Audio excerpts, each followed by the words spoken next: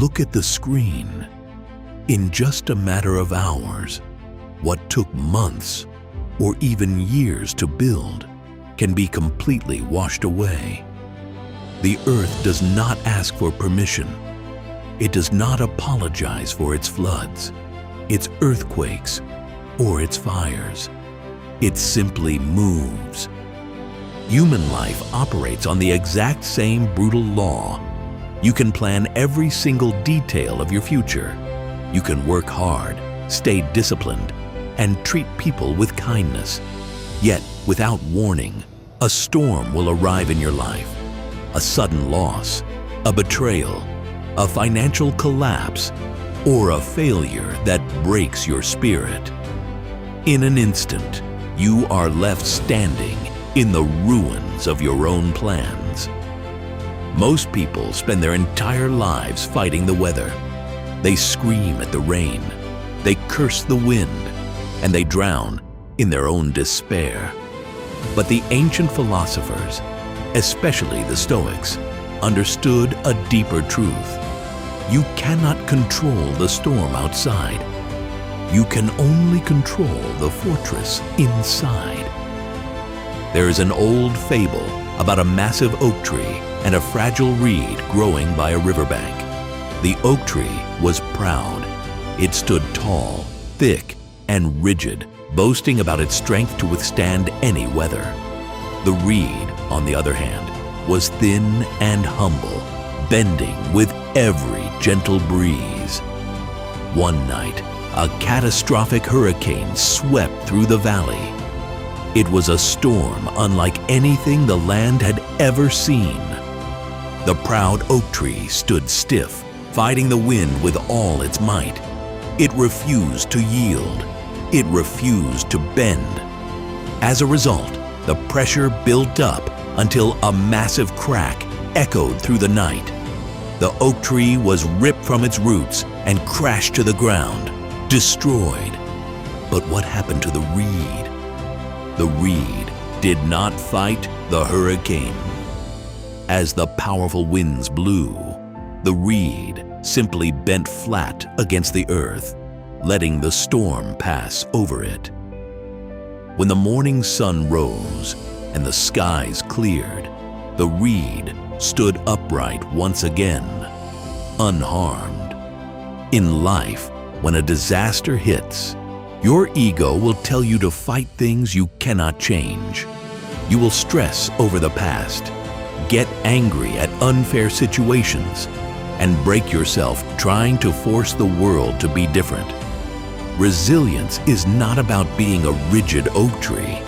Resilience is about having the wisdom to accept reality as it is, bending with the wind so you can stand tall when the storm passes. Think about your current struggles. When things go wrong, where does your mind go? Do you blame the economy? Do you blame your luck, your friends, or your background? Every time you complain about external conditions, you are giving away your power. You are saying, "My happiness depends on the weather." The Roman Emperor Marcus Aurelius once wrote in his journal, "You have power over your mind, not outside events. Realize this, and you will find strength." When a flood ravages a land, the land does not cry. It absorbs the water, the mud settles, and eventually, the first green leaf sprouts from the wet soil. The destruction is real, but the recovery is inevitable. Your mind must become like that land. No matter how much chaos is thrown at you, you must remain the master of your internal kingdom. To truly survive the winters of life, you must master a concept that the ancient Stoics called Amor Fati, the love of fate. It is easy to love life when the sun is shining, your bank account is full, and your relationships are thriving. Anyone can be happy when the world goes according to plan. But the real test of a human being lies in their ability to look at a disaster, look at a tragedy, and say, "I did not choose this, but I will love it anyway." Amor Fati does not mean being a passive victim. It does not mean you simply give up and accept misery. It means you stop wishing for a different reality. Think about nature. When lightning strikes a forest and burns down centuries-old trees, the forest does not weep for the past. It does not look at the ashes and wish the lightning never happened. Instead, the fire clears the old dead brush. It opens up the canopy so that sunlight can finally reach the forest floor. The destruction itself creates the exact environment needed for new, vibrant life to grow. Your life operates on the exact same cycle. That failure you experienced, that door that slammed in your face, that sudden loss that broke your heart. What if it wasn't a punishment? What if it was the fire you needed to clear away what was no longer serving you? Stop asking, "Why is this happening to me?" and start asking, "What is this preparing me for?" When you embrace everything that happens, the beautiful and the brutal, as necessary fuel for your growth, you become truly unstoppable. You turn your obstacles into your runway. This brings us to the final truth, the art of rebuilding.